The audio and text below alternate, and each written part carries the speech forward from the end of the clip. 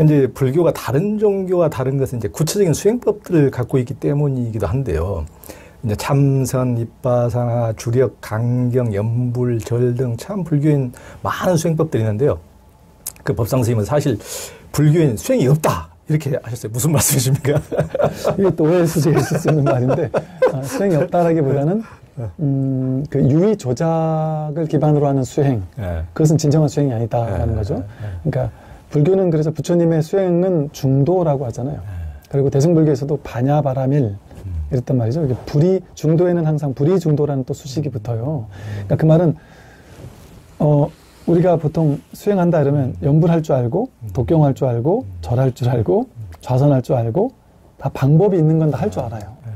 이건 다 하는 방법을 알아요. 근데 불자들한테 중도 수행 하시느냐 물어보면 말을 못해. 중도는 뭔가 어떤 형식이나 틀이나 방법이 정해진 게 아니니까 반야바라밀 아시냐 하면 모른단 말이죠. 왜? 중도와 반야바라밀에는 이렇게 해라 저렇게 해라 이런 게 따로 정해진 게 없단 말이죠. 그러니까 즉 이 수행을 하지 말라는 게 아니라 수행 아닌 수행, 길 없는 길, 중도의 수행. 그러니까 중도의 수행은 이렇게 해라 저렇게 해라 하는 방법론이 없어요. 왜? 방법론이 없는 이유는 여기에서 저기로 가야 될 때만 방법이 필요해요. 여기서 저까지 가는데 시간이 필요하고. 그러니까 공간과 시간이 그래서 나뉘어지잖아요. 근데 이 법에는 시공이 따로 없다는 말이죠. 그러니까 무량수불, 무량광불. 그러니까 시간과 공간을 넘어선다는 거죠. 그래서 여기서 저기로 간다라는 게 있을 때만 내가 열심히 갈고 닦아서 저 지점까지 도착할 수 있다. 그럴 때만 수행법이 필요해요. 근데 이게 사람들은 그렇게 오해할 수밖에 없는 게 반야심경, 금강경 자체가 바라밀 여기 이 차 안에서 저 피안으로 건너간다 이런 뜻이거든요. 그러니까 이런 방편을 쓴 거예요. 그렇죠. 건너간다는 방편을 쓴 건데 그걸 고지고대로 말에 떨어져서 말을 믿어서 내가 열심히 수행을 해서 저 깨달음의 언덕까지 가야 되겠구나 이렇게 생각한단 말이죠. 그러니까 가야 된다라는 밑바탕이 있을 때는 수행을 열심히 갈고 닦아야 할 게 있는 거죠. 근데 불이법이니까 여기가 거기니까 서울에서 서울을 찾는 사람이 서울을 갈 수 있는 유일한 방법은 열심히 뭔가를 타고 가는 게 아니라 방법을 통해 가는 게 아니라 문득 확인하면 여기가 서울이었다고 그래서 문득 그냥 확인하면 될 뿐이지 딱히 어떤 수행법을 통해 가는 게 아니라는 거죠. 그래서 석가모니 부처님도 모든 수행법이라는 것을 이렇게 막 얘기하신 것 같지만 윗바사나라는 것도 그냥 원론 같은 중도의 원론을 설명하는 거거든요. 그냥 분별심을 지관이라고 해서 분별심을 멈추면 그냥 이 알아차림밖에 없다. 그냥 이 늘 드러나 있는 이 살아있는 깨어있는 알아차림 이것뿐이다 하는. 그래서 이제 이거를 잘못 알아듣고서 사람들이 유의 조작하는 윗바사나 앉아가지고 호흡을 관찰하고 몇 시간 동안 앉아서 뭐를 관찰하고 이제 그거는 이제 방편으로는 임시적으로 이제 도움이 될 수 있을지 모르지만 알아차림의 본래 뜻은 아니 이 소리를 좌선하고 이렇게 힘을 줘야지만 알아차려지는 게 아니라 이건 우리 본래 성품이에요. 그냥 이 알아차림은 그러니까 이 지관이라는 건 그냥 자연스러운 본래 성품이기 때문에 수행이라는 것은 그렇게 막 애써서 갈고 닦는 것이 아니라서 우리가 마음 공부라고 하죠. 그리고 선도 마찬가지인 게 선에서 그래서 이 법을 깨달을 때 특정한 방법을 얘기를 하지 않고 초기에 육조, 마조, 임재, 조주, 황벽 이런 초기 선에 활활 발발했던 법문 듣고 바로바로 깨어났던 그 당시 스님들은 전부 다 앉아있는다고 부처되냐. 앉아있는 것은 오히려 마구니 짓을 하는 거다 하고 오히려 막 강하게 타박을 할 정도로 그리고 초기 선에서는 이제 좌선당 같은 게 아예 없었다 그래요.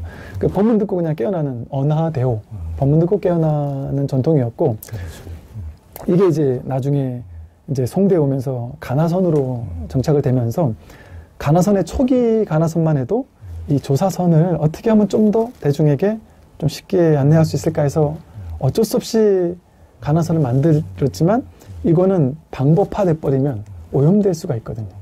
방법화돼 버리면 이게 막 애쓰고 막 생각으로 풀려고 하고 막 이런 문제가 있을 수 있기 때문에 한 10가지 정도의 반드시 가나선 할 때는 지켜야 되는 어떤 조심해야 될 것들 이렇게 막 강조해 놓은 것도 있어요. 그런데 아니나 다를까 방법화 해 놓으니까 이게 이제 시대가 이어오면서 이게 약간 왜곡되는 부분들도 일부 있었단 말이죠. 그러다 보니까 조금 때로는 이제 조금 가나선이 조금 이제 왜곡된 가나선도 일부 있을 수가 있었고, 그래서 뭐 조계종도 보면 조계라는 이름 자체가 육조 해능 스님에게서 육조 해능 스님이 수행하셨던 지역이 조계였단 말이죠. 그러니까 육조 조주 남전 뭐 마조 황벽 있는 그 당시 그러니까 임재정이라고 하듯이 그런 불교라면 이거는 따로 어떤 수행법에 의지하지 않는, 그리고 가나선을 하더라도 가나선이 뭐랄까 머무는 바 없는, 그러니까 가나선의 초기 어떤 대해의 그 살아있는 가나선이랄까, 그 가나선의 모습, 그리고 조사선의 어떤 본 모습, 그리로 좀 돌아가야만 지금의 어떤 가나선이 되살아날 수 있다라는 생각을 해요. 그래서 그것은 이렇게 가나선에 앉아가지고 오랫동안 앉아가지고 막 밀어붙이는 식의 가나선이 이제 후대에 나오면서 그 유의 조작하는, 오래 앉아 있어야만 되는 것 같은 어떤 이런 수행으로 이렇게 좀 이렇게 바뀌었 거죠. 그래서 그렇게 해가지고 뭐랄까, 이 초기 선불교 때처럼 막 깨달은 사람들이 막 나타나고 그러지를 못한다는 거죠. 시대가 이렇게 증명해 주더라는 거죠. 근데 이제 초기 조사선이라는 것은 놀랍게 사람들을 깨어나게 쉽게 깨어나게 했었는데, 그게 지금의 시대는 인터넷을 통해서 누구든 이 바른 법만 들으면 그냥 발심할 수 있고, 그냥 나도 모르게 수행하는 것 같지가 않단 말이죠. 그냥 나도 모르게 끌리고, 나도 모르게 듣게 되고, 나도 모르게 이 괴로움의 문제를 해결해야 되겠다라는 막 간절한 생각이 있고, 그러다가 그냥 계속 듣다 보니까 너무 간절해서 문득 알아차려지는 이런 식의, 근데 이거는 굳이 말로 표현한다면 그렇게 법문 듣는 거, 발심하는 거, 이것도 뭐 수행이라고도 할 수 있고, 그렇게 내가 간절히 뭔가 알고자 하는 마음이 이렇게 나도 모르게 동발돼 있으니까, 그러니까 사람들이 내가 왜 이런지 모르겠다, 어느 날부터인가 자꾸 내가 법문만 듣고 있다, 아침에 눈 뜨면 이게 뭔가 하고 궁금하다고 그러거든요. 그게 저절로 화두가 들린 거죠. 그러니까 초기 선불교에서는 조사선이라는 걸 통해서 조사 스님들이 계속 법문을 통해서 제자들을 저절로 화두가 들리게 만들었단 말이에요. 뜰 앞에 잣나물 들어! 이렇게 하면 뜰 앞에 잣나물 어떻게 들지? 그만 애쓰는 이게 아니라 자연스럽게 화두가 들리도록 법문을 끊임없이 법문을 아직도 모르겠냐 하고 쳐주는 걸 통해서 자연스럽게 화두가 들리도록 해서 수행한다는 생각도 없이 저절로 수행하도록 만들어준 거예요. 근데 그 상황이 보다 보니까 뭔가 난 알고 싶은데 방법은 없고, 그러니까 어쩔 수 없이 법문만 듣고 그냥 이러지도 저러지도 못하겠는, 방법이 없으니까 가지도 오지도 못하는, 머리로는 절대 헤아리면 안 된다고 하니까 머리는 어쩔 수 없는데 그러니까 가슴만 답답한 그 모르겠음, 모름에 딱 사무치는 게 감정화되는 어떤 의단처럼 이렇게 딱 감정화된단 말이죠. 이러다가 이제 이게 깨어나더라는 거죠. 그래서 가나선은 그것을 조금 더 유의적인 방법으로, 어떤 수행적인 방법으로 이렇게 구체화시킨 걸 이제 우리가 가나선이라고 하고요. 그러나 이제 가능만 하다면 그 초기의 방식, 그 방식이 직접적으로 이렇게 직지인심을 해주어서 바로 견성성불하도록 이끌어주는 이제 그런 법문들을 지금은 뭐 유튜브를 통해서 많은 분들이 그렇게 동서양을 넘어서 하고 있고, 서양에도 이런 어떤 조사선의 방식으로 법을 설하는 영적인 스승들이 또 많거든요. 그래서 그런 것들을 듣다가 깨어나는 사람들이 분명히 많을 수 있고, 그 초기 선불교가 저도 20년 전만 해도 그거는 환상이지, 그게 말이 되겠어, 어떻게 법문 듣다 깨어나는 게 말이 되겠어, 이렇게는 생각을 했는데, 그게 그 당시 그렇게 마주 밑에 139명이 뭐 깨어난 제자가 있었다, 뭐 입실 제자가 있었다 그러는데, 그게 허사가 아니었구나. 그것이 지금은 정말 이제 좀 그 현실로 구현되는 그런 시대가 아닌가 싶고, 조금 더 이렇게 망상을 보태본다면 그 명상이라는 그 전 세계적인 아주 흐름, 이 막 세계적인 어떤 흐름들이 지금은 막 되게 많이 뿌리 내리고 있는데, 이 다음 스텝으로, 왜냐하면 명상은 내가 열심히 명상을 해야 되는데, 많은 명상의 스승들이 그러거든요. 내가 1년, 2년, 3년, 5년, 10년 다 끈 거에 비해서 뭔가 이 결과가 뭔가 모르게 좀 미진하거나, 그냥 삼매 체험, 신비 체험 같은 거를 체험한 거에서 멈춘다든지, 그때는 좋았는데 나오면은 부처님이 깨달으신 것처럼 그때는 좋았는데 나오면은 또 현실과 너무 똑같다든지, 어떤 이런 벽에 다들 그 수행 명상 위주로만 했을 때 그 벽에 부딪히는 분들이 많거든요. 그래서 이게 달까? 명상에 대한 어떤 그 명상하는 분들도 이거에 대한 답답함, 궁금함을 늘 안고 있단 말이죠. 그러다 보니까 누구나 이제 명상을 하다가 이 벽에 부딪힐 때가 올 거라는 생각이 들어요. 그러다 보면 부처님의 또는 이 부처님의 법이 정말 수행 아닌 수행으로 놀랍게 자리 잡은 인류의 어떤 유일무이한 수행, 그게 어찌 보면 이 선이거든요. 네. 그런데 이 선은 방법이 없는 거예요. 그러니까 방법을 하면 오히려, 그러니까 이건 너무 쉬운 공부인 거죠. 할 게 없고, 뭐, 타고난 게 없는 거예요, 이거는. 누구나 본래부처를 자기가 늘 쓰고 있는 거니까, 누구나 깨달을 수 있는 거고, 누구나 쉬운 거고, 종교도 상관없고, 남녀노소도 상관없고, 불교 공부 많이 하고 적게 하고도 상관없고. 그래서, 이거는 뭐 깨달음이라는 말도 너무, 이건 진짜 말도 안 되는 좀 우스운 얘기고, 어찌 보면. 그냥 누구나 내가 누군지는 알고 살아야 되고, 내가 죽으면 어디로 가는 건지, 이게 삶의 진실이 무엇인지는 알고 가야지 된단 말이죠. 또 현실이 괴로우니까, 막연하게 미래가 두려우니까 그 괴로움과 두려움을 해결하고 내가 이 삶을 자유롭게 살아야 되겠다라고 여기는, 이 괴로움을 해결해야 되겠다라고 여기는 모든 사람들에게 이 공부는 이제 어떤 하나의 틀에 갇힌 종교, 하나의 종교가 아니라 지금 명상이 누구에게나 이렇게 펴져 있듯이 이 선도 이제는 어떤 명상의 흐름 다음으로 어떤 이 선이라는, 그것도 이제 후대 왜곡된 선이 아니라 이 초기 선의 어떤 육조 스님의 정말 마조 임재 스님의 그 활발했던 직지인심의 선이 점점점 이제 좀 빠른 시간 안에 세계를 바꾸지 않을까.